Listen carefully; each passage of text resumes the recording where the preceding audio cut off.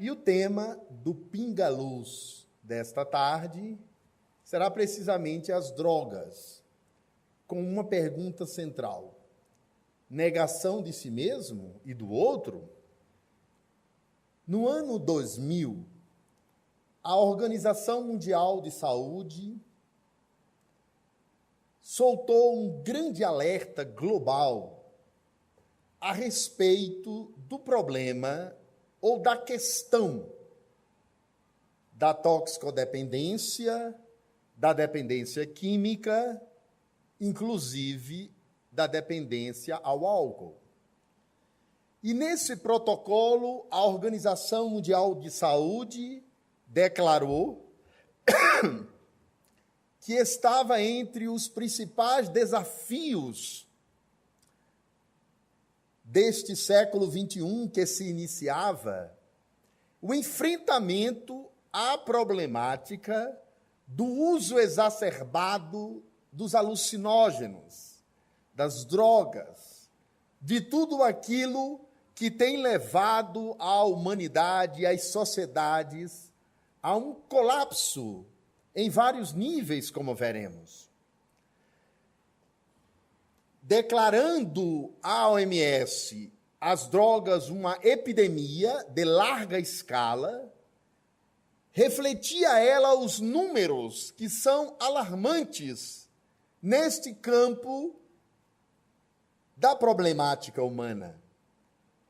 No Brasil, a principal causa de morte entre jovens de 16 a 29 anos de idade, a causa primeira que mais leva à desencarnação de jovens entre 18 e 29 anos de idade, são causas violentas, externas, causas violentas. E nessas causas violentas, pontifica como determinante mais importante a problemática do uso das drogas. No entanto, quando observamos a experiência humana com o fenômeno da estimulação química ou natural para efeito da alucinação, vamos reconhecer que a prática do uso de alucinógenos é muito antiga na história da humanidade. As tribos indígenas, sejam na América do Sul, Central ou do Norte, sempre fizeram uso de alucinógenos vegetais, naturais, com objetivos associados a questões religiosas. Nossos índios aborígenes até hoje utilizam certos vegetais recolhidos na floresta quando desejam realizar determinadas práticas que são mediúnicas e espirituais, sem que com isto estejamos dizendo em absoluto que seja necessário usar qualquer tipo de alucinógeno na prática mediúnica. Mas o fato concreto é que os indígenas fazem a utilização de estimulantes naturais, vegetais, para realizar determinadas experiências místicas. Nós encontramos em Brasília uma comunidade que repete a mesma experiência, que é a comunidade do Daime, e que usa alucinógenos naturais para viver supostas experiências místicas. O fato concreto é que a humanidade busca formas de realizar um processo que a retire do estado de consciência habitual.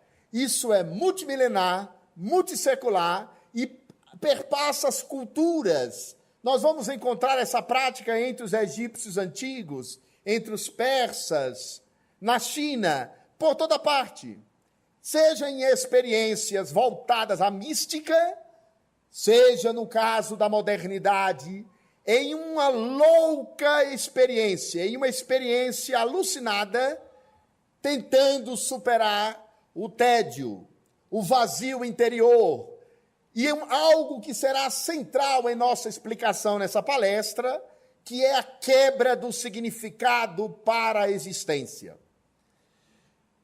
Quando nós observamos o mundo moderno, contemporâneo, ficamos perplexos e nos perguntando: por que uma sociedade que é capaz de lançar bólices espaciais ao cosmos, uma sociedade que é capaz de fazer microcirurgias à distância, a chamada telemedicina, uma sociedade que entrou na intimidade subatômica e descobriu que a matéria nada passa, que não é nada além de coágulo de energia, uma sociedade dos computadores, da internet, da interconexão em rede. Essa mesma sociedade parece não suportar a cotidianidade, parece não conseguir lidar com a questão existencial, já que a problemática do uso das drogas não tem classe social. Não se pode dizer que é um problema de natureza econômica. Não são pessoas desta ou daquela classe que fazem o uso da cocaína, da heroína, do crack e em outro segmento da maconha, em outro do álcool, de forma exacerbada. Não tem classe social. O uso dos alucinógenos perpassa as classes sociais. Ele é, por assim dizer, dolorosa e infelizmente democrático. Ele atravessa as classes sociais. Por que essa sociedade do conhecimento, da tecnologia, da informação, a sociedade que começa o 3º milênio na Terra, está afogada em uma experiência de drogadição e alucinação com as drogas? Então nós temos que observar que este mundo contemporâneo parece ter perdido o significado da existência, o significado do universo. Os cientistas chamam isso de visão de mundo que desencantou o cosmos. Nós olhamos para o universo e ficamos perplexos com a grandeza das estrelas, das galáxias, mas não conseguimos identificar um significado para o universo. A visão de mundo baseada na ciência não consegue atribuir um sentido ao cosmos, porque já negamos a Deus, já retiramos Deus da nossa existência através de um ateísmo de caráter moderno e pós-moderno que nega a realidade divina. Então essa perda, a perda do significado profundo da existência, aquele que faz com que olhemos para a vida, identificamos qual o sentido dela. Então nós observamos que a realidade das drogas, particularmente dos jovens, que parecem fazer um mergulho em sua vida interior e ao invés de encontrar estímulos para uma existência saudável, estamos a encontrar um tédio terrível. A mesma sociedade que nos proporciona o cinema, a internet, os jogos eletrônicos, o conforto da aviação, as viagens a longa distância, a mesma sociedade da tecnologia e do conhecimento está afogada em dolorosa situação que se reflete em estatísticas lamentáveis. A mesma Organização Mundial de Saúde detectou que a França, o país berço do espiritismo, diga-se de passagem, a França que fez a Revolução Democrática, que apresentou a Carta Universal dos Direitos da Pessoa Humana, a França do Iluminismo, de Voltaire e Montesquieu, e daqueles que sonharam com um mundo baseado nos direitos humanos. Esta mesma França, dados de 2010, descobre-se que ela é a maior consumidora na União Europeia de ansiolíticos, antidepressivos e soníferos de toda a Europa. Então ficamos a nos perguntar o que acontecera com o homem contemporâneo, o que se dera com a nossa sociedade que não consegue atravessar as horas do dia das semanas, das noites, dos meses, num estado de vigília. Parecemos buscar aquilo que seria a alma da existência humana, a busca de um sentido para a vida. Os senhores terão a oportunidade de assistir em filme e ler o livro, que já foi lido por mais de 30 milhões de pessoas, Em Busca de um Sentido para a Vida, do psiquiatra Viktor Frankl. O psiquiatra que atravessou os horrores da Segunda Guerra Mundial, que se viu em um campo de concentração em Auschwitz, na Alemanha, e viu a própria esposa ser executada viva, viu seus familiares, irmãos, tios, pais, todos mortos. E Viktor Frankl ficou alguns anos, enquanto os nazistas tentavam retirar-lhe a dignidade humana, ele não desistiu. E ele afirmava para os companheiros daquele campo de concentração: a criatura humana que descobre um significado ontológico, profundo, espiritual para a existência, nunca se deixa bater, nunca se deixa degradar, nunca se deixa vencer. E foi exatamente o que aconteceu com ele. Ele saiu do campo de concentração e narrou a sua história nesse livro notável, que vai se transformar em filme em breve. Já estão produzindo a história de Viktor Frankl. E nós ficamos aqui, no coração do Brasil, a olhar as estatísticas alarmantes dos acidentes de trânsito, que matou em 2013 63 mil pessoas, tendo como um dos vetores o uso do álcool. Nesse momento, nós identificamos essa questão. Como existir na vida sem saber o significado dela? Como olhar para as próprias dores e resistir às provas da existência humana? Provas estas que quaisquer criatura humana é obrigada a passar. Da pessoa mais rica, que é surpreendida com um câncer degenerativo, uma neoplasia maligna, uma cardiopatia grave, a pessoa mais pobre, que é levada a enfrentar as agruras do cotidiano, com deficiências na área da saúde, do transporte, da educação. Como enfrentar o cotidiano sem saber o significado da existência? Então nós colocamos como causa central, como explicação para a problemática das drogas, quando os jovens chegam ao período da puberdade e atravessam os anos entre 12, 17 até 19 anos de idade, na pré-adolescência e adolescência. Eles vivem um mundo que lhes oferece os estímulos da sociedade do lazer, do consumo, até ter acesso a bens materiais, à diversão eletrônica e à intercomunicação global. Mas a escola não lhes ensina um significado mais profundo, que lhe permitisse resistir à tentação de sair desse tédio de outra maneira. Quando nós estamos entediados e não sabemos por quê, a pior dor, a dor que não tem explicação e não tem nome. A pessoa se sente solitária e tem a família ao lado. Se sente angustiada, sem saber o porquê da própria angústia.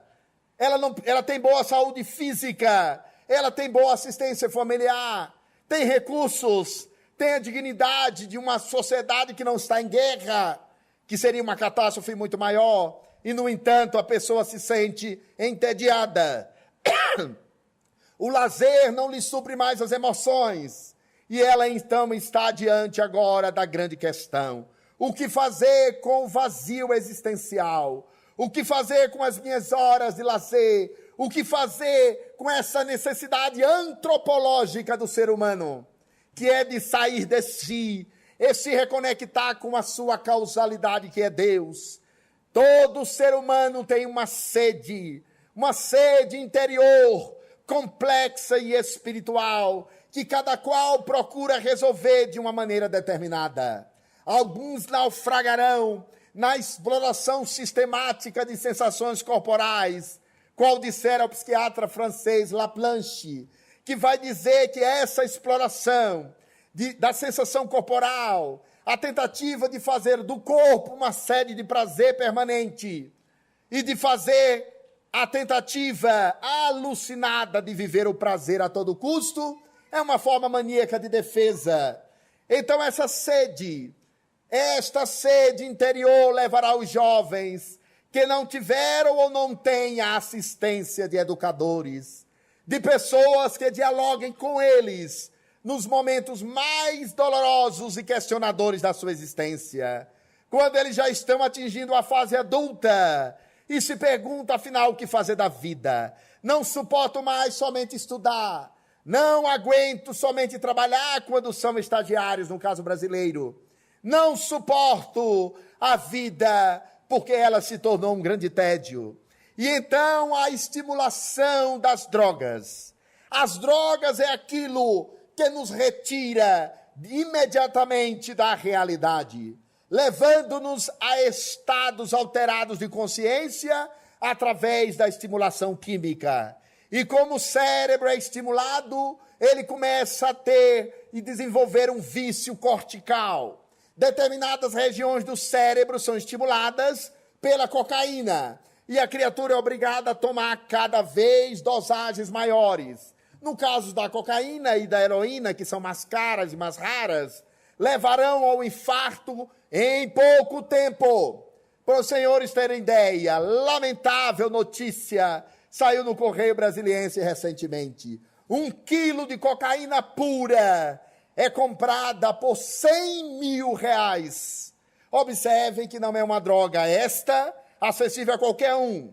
E, no entanto, o crack, que é a mistura da cocaína com outros e vários elementos e subprodutos das mais diferentes naturezas, se espalha nas periferias das cidades brasileiras, e nós vamos encontrar verdadeiros fantasmas vivos que não fazem outra coisa senão retroalimentar o cérebro que agora está viciado.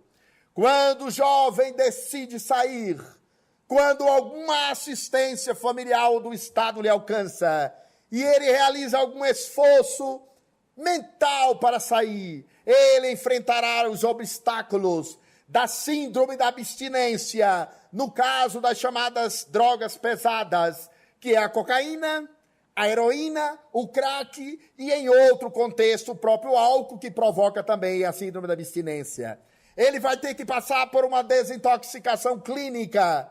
Observe-se, senhores, que o Estado brasileiro oferece apenas o atendimento ambulatorial nos chamados CAPs, espalhados por todo o país. Mas não há hospitais de referência, a não ser hospitais na área privada. Diga-se de passagem, com um trabalho muito belo, realizado por hospitais evangélicos e de outras naturezas, que tenta acolher esses jovens para trabalhar com eles a tentativa de sair das drogas. Eles enfrentarão a problemática física e enfrentarão algo que nos minutos que nos restam nessa primeira etapa falaremos, que é a influência espiritual obsessiva. A doutrina espírita fala, proclama em voz muito alta, que a experiência do vício está ligada ao nível de materialidade do nosso comportamento.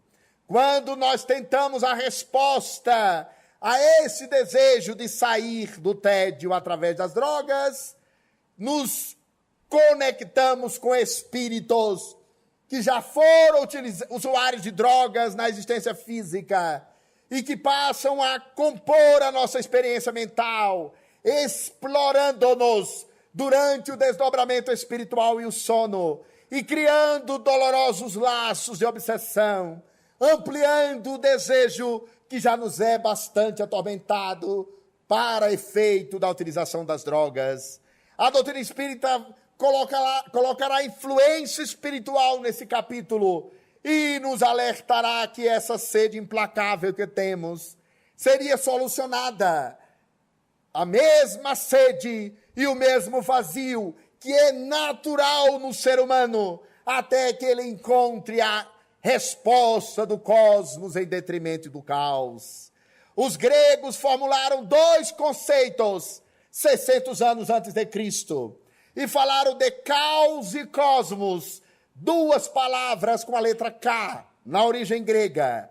Cosmos quer dizer ordem, harmonia, e caos quer dizer desordem, desorganização. Quando nós buscamos o cosmos, é que estamos tentando resgatar a nossa ordem implícita, buscar um sentido para a vida e resgatar a nossa ontologia, a marca do ser que é e que nunca deixará de ser nas suas fontes luminosas e interiores que saciariam a nossa sede. Cristo fez referência a essa sede interior, implacável e tormentosa, que os jovens sentirão como se fosse um canto da sereia a convidá-lo. E ele verá o canto a prometer-lhe estados e viagens alucinadas, a prometer-lhes um prazer que lhe retirasse da angústia existencial. Só que esse mesmo canto da sereia o levará no primeiro momento ao frisson, ao prazer, à saída de si mesmo, e em seguida ele estará nas garras do vício, não conseguindo mais sair sozinho, sendo obrigado agora a utilizar dosagens cada vez maiores, até que sobrevém o infarto fulminante, ou a degradação completa do organismo em poucos meses, no caso do crack, impedindo que funções respiratórias e outras se realizem naturalmente. Cristo falou dessa sede e nos disse: vinde a mim todos vós que estem sede, e eu farei jorrar rios de vida eterna dentro de vós. Um filósofo, 6 séculos antes dele, Sócrates, dissera a mesma coisa, parecida. Ele viu uma frase no oráculo de Delfos que dizia: conhece-te a ti mesmo e conhecereis aos deuses e ao universo, que é a frase completa que estava no oráculo de Delfos. E a nossa humanidade permanece com sede, o nosso espírito permanece conflituoso, porque tentamos viver na faixa de uma consciência que é da persona, da máscara e da personalidade passageiras, que não alimenta a sede espiritual. Então Cristo nos propôs que havia um reino dos céus e de energia dentro de nós. Senhor, onde está o reino de Deus? Perguntaram a Cristo. Ele respondeu: ficai sabendo que o reino dos céus está dentro de vós.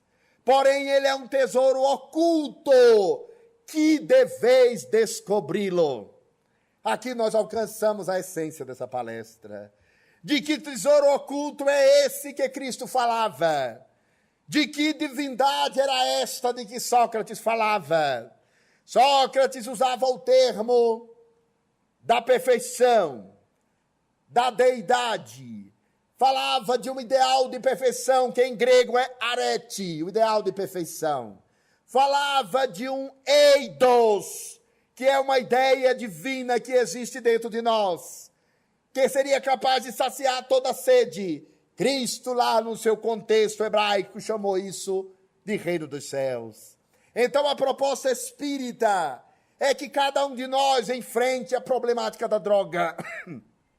Nós outros, os educadores, todos nós, os que se dispõem a socorrer as pessoas, que haja de forma pedagógica, mostrando para os jovens que eles poderiam alcançar esse estado libertador que eles buscam com a droga. Porque a droga promete algo que nenhuma outra experiência materialista da modernidade assegura, que é a saída de si mesmo. É como se o indivíduo estivesse cansado de viver no corpo físico e sob a regência de um tédio terrível que nem o cinema, que nem o lazer convencional oferecesse. Então ele se lança nas drogas para buscar as chamadas viagens. A doutrina espírita nos ensina que é possível fazer um outro tipo de viagem, que vai nos conferir plenitude, saciedade interior, e fazer com que entremos em contato com as zonas arquetípicas e espirituais da existência. A zona do espírito imortal, na qual está o tal do tesouro oculto que Jesus falou. E então ela propõe a meditação, a oração, a autodoação. E nós afirmamos categoricamente, o jovem que medita, que ora e que pratica a autodoação pelo caminho da caridade, não necessitará do frisson das drogas, porque vai viver uma alegria interior misteriosa, que está cada vez mais sendo descoberta pela ciência médica, que afirma categoricamente que os países que praticam o trabalho solidário, que tem maior número de voluntários no campo da atividade solidária, as pessoas que se dedicam à atividade da benemerência social, que vão cuidar do sofrimento do outro, não precisa ter religião, não precisa fazer parte de uma doutrina, de uma crença, somente pelo fato de se doar, como se pode observar entre os médicos sem fronteiras, que vão para a África oferecer-se como profissionais aos rincões mais distantes daquele distante e esquecido continente negro, e todos aqueles que se oferecem na autodoação. Então a doutrina espírita fala de uma viagem para dentro que sacia a sede implacável do espírito. Allan Kardec pergunta, qual meio prático mais eficaz para o homem combater as más inclinações e resistir à atração do mal? Um sábio da antiguidade vô-lo disse, conhece-te a ti mesmo. E é essa viagem para dentro que levaria os jovens, através da meditação, a preterir as drogas. Os cientistas estão estudando a meditação e já observaram que os estados meditativos, aquilo que a sua santidade, o Dalai Lama, chama o equilíbrio dos estados meditativos, a capacidade de fazer silêncio interior, que combate essa doença contemporânea, que o Dr. Augusto Cury chama de síndrome do pensamento acelerado. O pensamento acelerado, ele é um pensamento perturbador.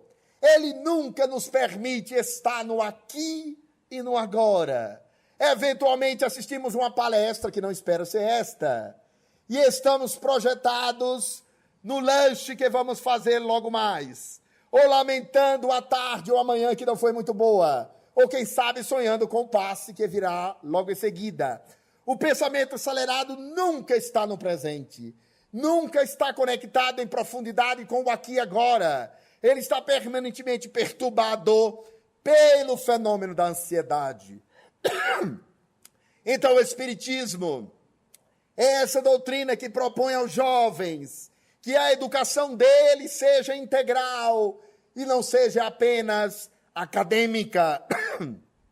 Porque precisaríamos estudar nas escolas cultura de paz, inteligência emocional, parapsicologia 1, 2, 3, autoconhecimento, meditação, integração consigo próprio, para libertar-se da sede implacável. Então a doutrina espírita nos oferece o manancial do autoconhecimento para dizer-nos que nenhum de nós precisa entregar-se à tristeza e muito menos desanimar se fizer a viagem para dentro e encontrar em si próprio, não precisando do dinheiro para isso, não precisando do estímulo do álcool, não necessitando das drogas, não necessitando das viciações.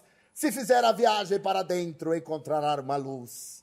A luz de Deus, que por mais coloquemos nuvens, e nós as colocamos. Quando está em um dia chuvoso, olhamos para o céu e dizemos, o dia está triste, encoberto em nuvens, escuro, depressivo. Não, o dia não está triste. O sol continua a brilhar a exatos 149 milhões e 500 quilômetros da Terra. Ele está lá brilhando e as nuvens o encobrem temporariamente.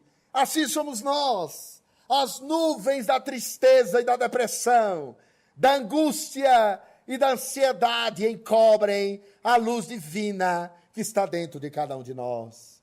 Por isso que Jesus disse, que brilhe a vossa luz, compete-nos fazê-la brilhar, para que nos libertemos das drogas, da toxicodependência e do álcool, fazendo brilhar em nosso coração o mais profundo e completo sentimento que desfaz a falta, porque nós somos seres faltantes.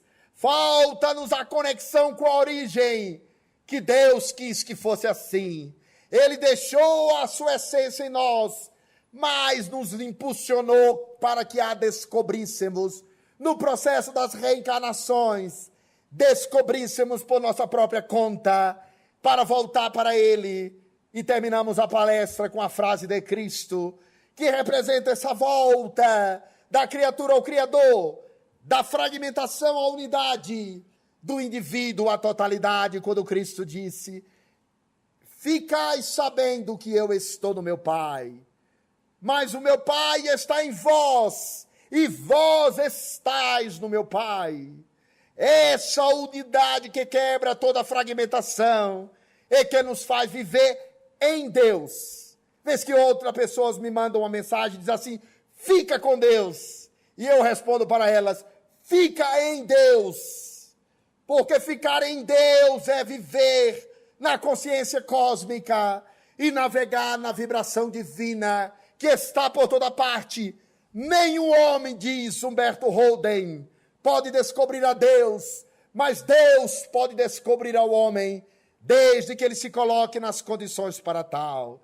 E quando o homem é descoberto por Deus, ele se manifesta na sua luz divina, a espalhar ternura e paz para outros quando despertamos. Nós vamos ficar por aqui para oferecer a oportunidade aos senhores de perguntarem, de dialogarmos e continuarmos pensando sobre essa problemática, que é um verdadeiro flagelo do mundo e é motivo de sofrimento para famílias, mães que perderam filhos na luta contra as drogas, pais que perderam filhos e filhas, netos e genros, sobrinhos, pela tragédia das drogas, que é a terceira indústria que mais movimenta dinheiro no mundo, sendo a primeira da tecnologia e a segunda do petróleo. Paz, meus senhores, bilhões de dólares são movimentados para destruir vidas humanas na Terra através das drogas. Queremos fazer votos de muita paz e dizer que estamos à disposição para dialogarmos e construirmos um mundo novo, à luz do Evangelho e da doutrina espírita. Muito obrigado, muita paz. A primeira é: existem iniciativas dos alcoólicos anônimos e dos narcóticos anônimos nos centros espíritas? A atuação destes grupos, quando efetuados dentro de um centro espírita, é conjugada à ajuda espiritual? Inicialmente, nós queríamos registrar o extremado valor desse trabalho que é realizado em todo o mundo dos chamados alcoólicos anônimos. Esse trabalho é feito dentro da organização, sem um caráter religioso ou doutrinário. E há normas e regras que todo participante, todo aquele que busca ajuda do AA é levado a cumprir. Quando qualquer organismo institucional procura a casa espírita ou vice-versa, presume-se um diálogo de possibilidades. Não conhecemos o trabalho dos alcoólicos anônimos, que é um trabalho institucional, realizado dentro de casa espírita por enquanto. Mas sempre que a comunidade espírita ela é demandada, convidada a dialogar com outras instituições, nós estamos sempre muito dispostos a fazer esse diálogo. E claro que o diálogo é uma ponte de duas vias, de duas mãos, né? E nós temos uma contribuição a oferecer à pessoa que está envolta ou à família, porque, via de regra, tanto o alcoolismo quanto as drogas exigem a participação da família no tratamento.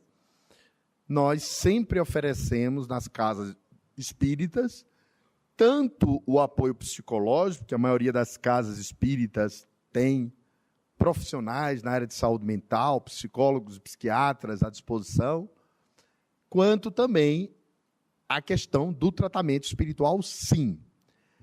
Nunca se deve imaginar qualquer tipo de exclusão das duas modalidades de tratamento.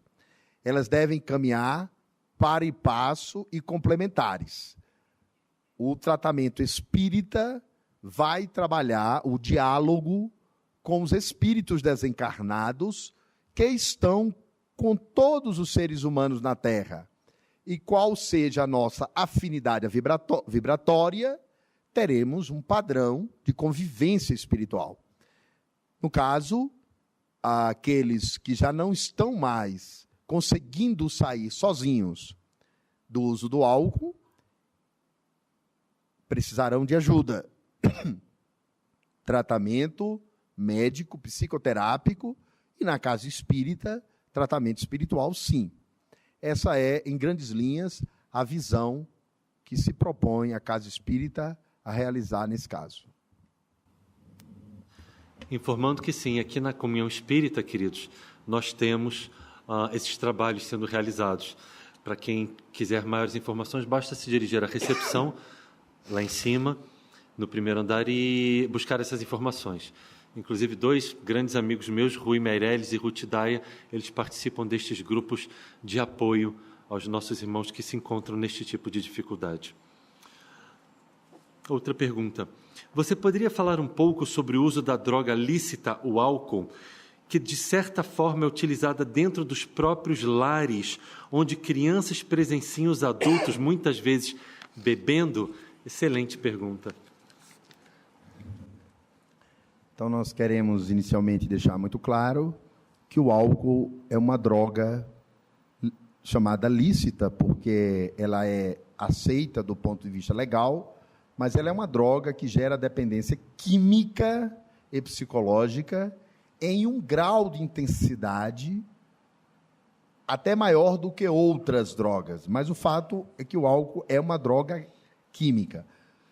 E ela tem um caráter insidioso, porque ela não se instala o vício, a pessoa não percebe que está viciada tão rápido assim pelo grau de acomodação social que o álcool tem. E aí nós entramos na questão específica que foi formulada. Existe uma banalização do uso do álcool. Recentemente, um debate na universidade, eu fiz uma perguntinha muito simples. Quem não se considerar alcoólatra, porque as pessoas se declararam que bebiam todo final de semana, socialmente, então eu disse, se estão bebendo todo final de semana, proponho, como um laboratório pessoal, que tente ficar um mês sem beber. Apenas um mês. E houve uma inquietação imediata, porque as pessoas sabem que elas já estão condicionadas ao álcool e nem se deram conta disso. Então, a banalização do álcool é um fato, por ser uma droga muito aceita, e porque as pessoas têm muita dificuldade de fazer a chamada festa, momento da alegria, momento da confraternização familiar, momento do convívio social alegre, que todos precisamos, sem o uso do álcool. E essa dificuldade, por um lado, está ligada à questão espiritual, porque quando nós fazemos uso do álcool, nós não fazemos sozinho. A doutrina espírita tem demonstrado isso numa literatura muito vasta, há muito tempo já, e é muito difícil para certos ambientes de festa promover a alegria sem o uso do álcool, né? É quase um desafio para o proponente da festa. E aí o álcool dentro da festa, dentro da lógica da alegria, da lógica do momento do entretenimento, ele começa a disseminar-se pelas faixas etárias. E nós temos no Brasil estatísticas alarmantes do uso do álcool por adolescentes, que sempre se consegue uma maneira de chegar ao álcool, muitas vezes, com a anuência da própria família, ainda que seja ilegal o consumo do álcool e a compra e venda de álcool para adolescentes, jovens, pessoas com menos de 18 anos, no caso do Brasil. Se nós fôssemos para países do Oriente Médio, Arábia Saudita, entre outros, onde o álcool é proibido por lei. Não estamos a dizer precisássemos chegar nessa situação. Mas o fato concreto é que crianças e jovens estão fazendo uso do álcool e o estão porque famílias banalizaram esse uso, sem se darem conta que é a droga mais insidiosa e ela, de certo modo, é a mais perigosa de todas, porque ela está alastrada na sociedade e não se tem muita consciência dos limites entre o que é a pessoa que ainda consegue beber e parar de beber, e o desafio é esse, ou aquela pessoa que não tem consciência que já não conseguiria mais viver seu uso do álcool. Então, nós deixamos o alerta muito claro, sobretudo para as famílias, que construamos criativamente a alegria em família e a festa. O ser humano precisa, é antropológico, ele precisa do momento da festa, que é o momento da confraternização, em que saímos da rotina do trabalho, em que repousamos, em que nos encontramos, em que nos confraternizamos e precisamos do momento da alegria, do encontro fraternal e feliz. Façamos esse desafio criativo de construir festas alegres sem o álcool, porque a doutrina espírita jamais vai anuir com uma droga que não só estraga o organismo, mas bombardeia o perispírito de uma maneira e nos conecta com espíritos vampirizadores que precisam beber e não ter mais o corpo físico. Esse é o nosso desafio. Alegria e felicidade, festa e interação social sem álcool.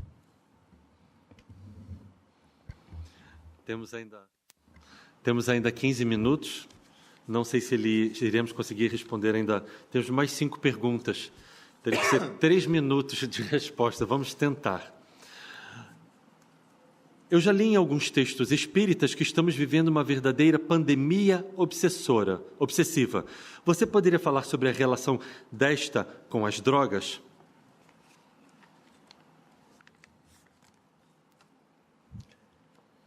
Nós teríamos um certo cuidado com o conceito de pandemia obsessiva. E explicaremos por quê. O mundo espiritual sempre esteve conectado à Terra desde que aqui começou a evoluir a nossa espécie, sapiens sapiens. 50 mil anos atrás, o nosso cérebro estava pronto, para outros 150 mil anos, pouco importa, sempre o mundo espiritual existiu. E sempre existiram espíritos em faixas evolutivas de uma grande diversidade. Então, não acreditamos que exista exatamente uma pandemia espiritual. Talvez um alerta muito mais ostensivo da própria doutrina espírita, da literatura mediúnica que hoje é lida por mais de 70 milhões de brasileiros, segundo estatísticas, porque não são somente os espíritas que leem as obras de Chico Xavier, de Valdo Franco, psicografada por eles, Ivone A. Pereira, há muitas décadas. A sociedade está muito bem avisada sobre a questão da influência espiritual.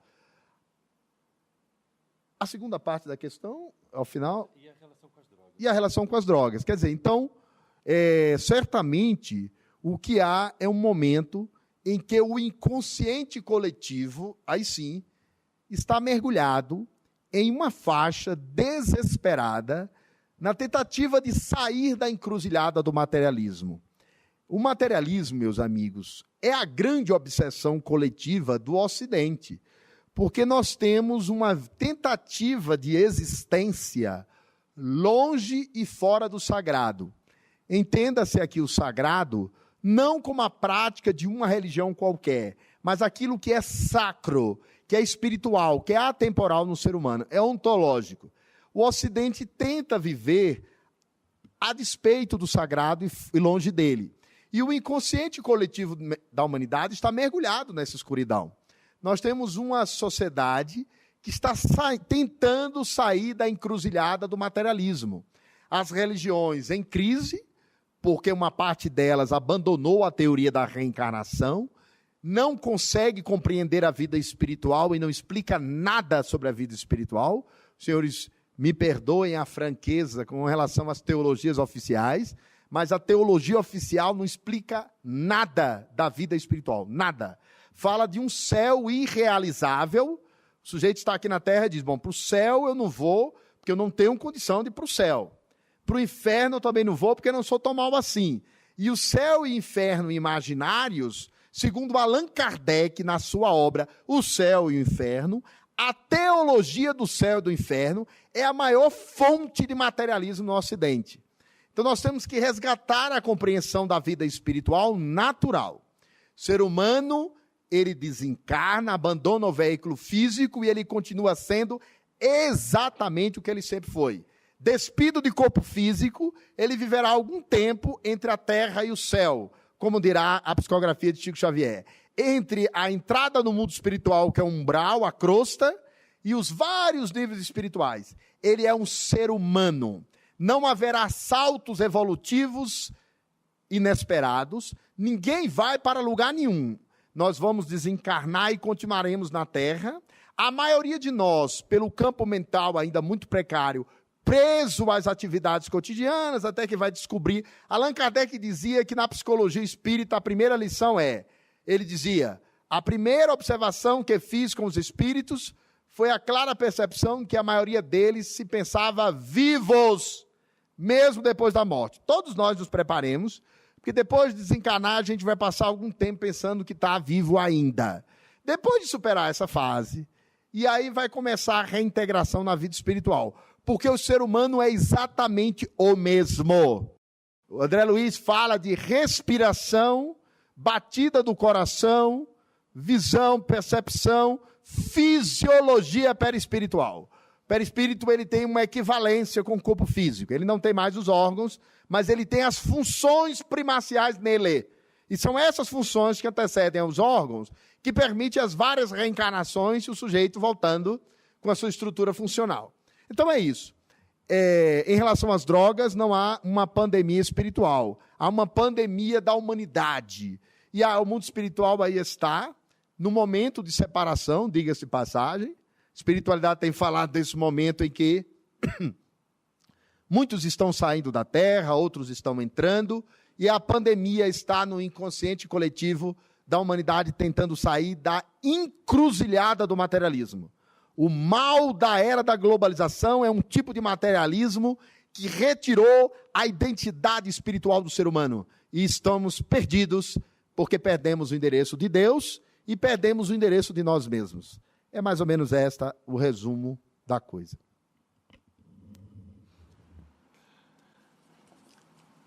Pelo tempo, nós não vamos conseguir responder todas. Eu peço perdão, algumas perguntas ficarão sem resposta.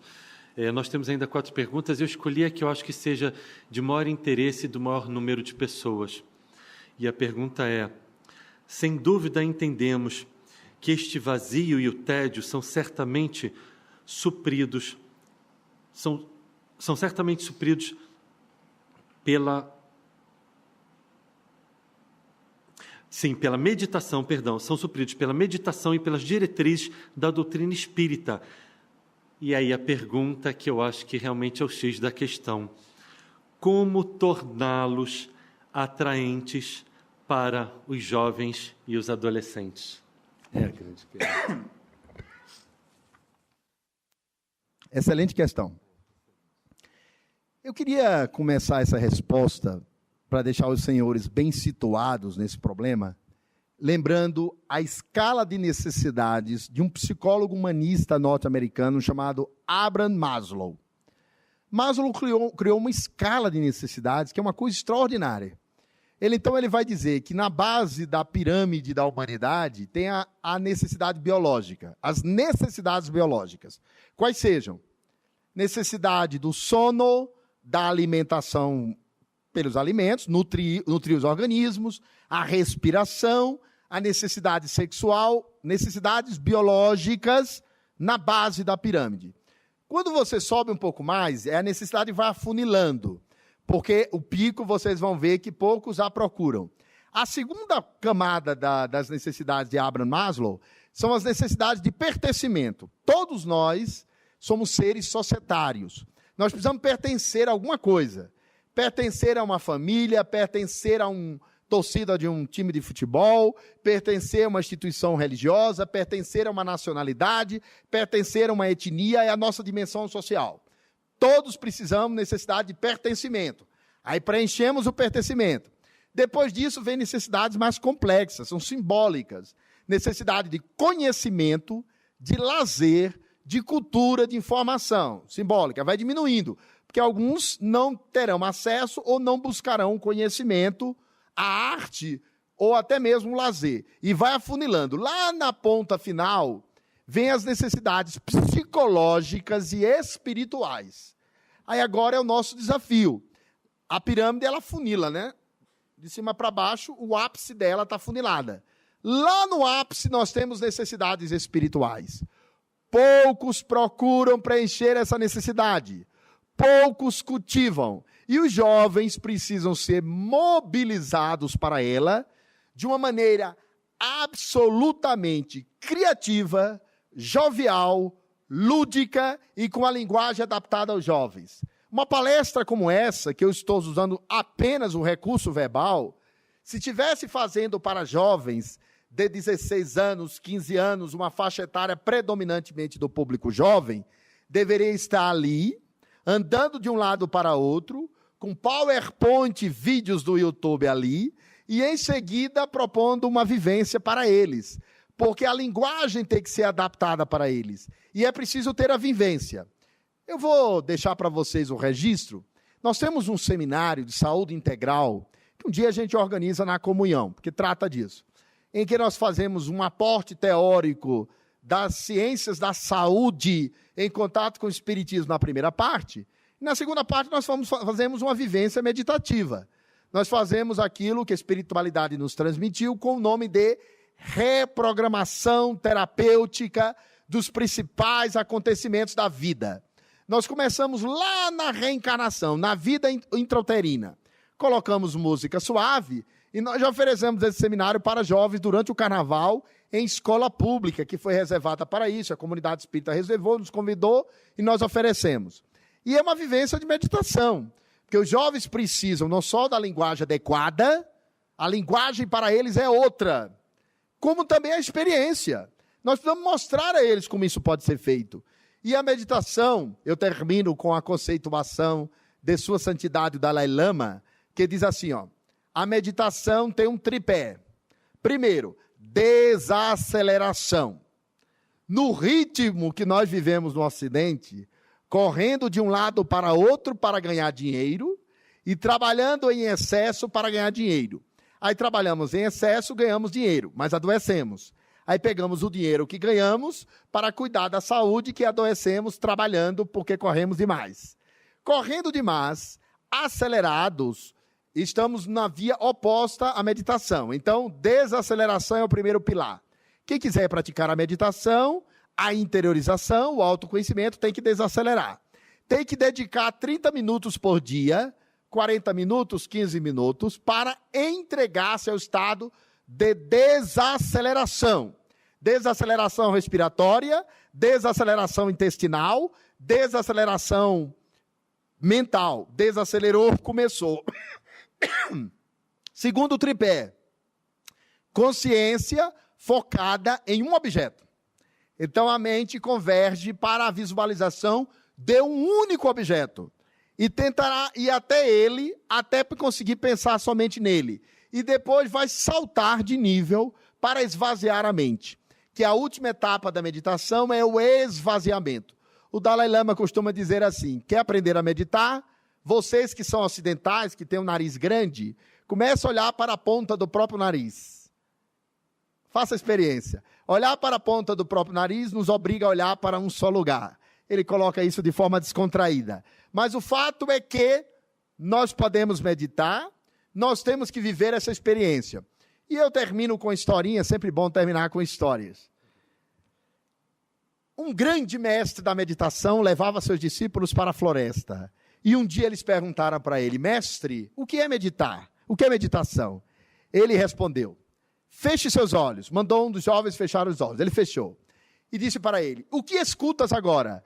E o jovem disse, eu escuto as águas da corredeira a descer pelas pedras no movimento do rio, levando ao seu curso natural.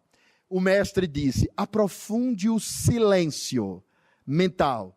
Ok.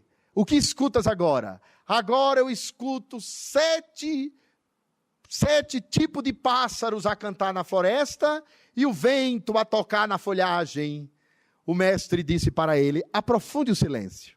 Ele aprofundou. O que escutas agora? Escuto apenas um pássaro a cantar, e a sua voz ressoa nos meus ouvidos, como uma sinfonia gerando harmonia em meu mundo interior. O mestre respondeu: aprofunde o silêncio. Que escutas agora? Eu escuto agora o coração do pássaro a bater, não mais a sua voz. O mestre disse: aprofunde o silêncio. O que vês e percebes? Ele disse: eu escuto e me percebo agora dentro do coração do pássaro a bater. E eu e ele somos um só, batendo a sinfonia do silêncio interior. Meditação é unidade, é reconexão com a luz de Deus, é conexão com a nossa essência interior, é voltar à unidade, é voltar a escutar Deus em nós. Isto é meditação. Então termino com um gesto muito nobre dos sábios do Oriente, que ao cumprimentar-se mutuamente, foi o gesto que foi usado por um jovem. Infelizmente ele distorceu o sentido do gesto e usou diante de Mahatma Gandhi, o homem que mereceu de Albert Einstein o comentário quando ele foi assassinado, que as gerações futuras mal acreditariam que um dia um homem de carne e osso tivera existido na terra como Gandhi. O jovem fez o gesto, ele era paquistanês, e não queria que Gandhi fosse pregar a paz na Índia, no seu Paquistão, para juntar-se novamente à Índia. Ele se aproximou naquela manhã de domingo, do dia 28 de janeiro de 1949, e ele fez o gesto, usou de forma inadequada, juntou suas mãos, olhou para Gandhi e fez o gesto do Namastê. Gandhi respondeu com um gesto e ele disparou 3 tiros em Gandhi e o matou naquela manhã de domingo, de 29 de janeiro de 1949. Nós terminamos com o gesto da paz, que é um gesto universal, que significa: Deus que está em mim, saúda Deus que está em você. Ou dito de modo filosófico, saúdo você do lugar no qual eu e você somos um só, Deus.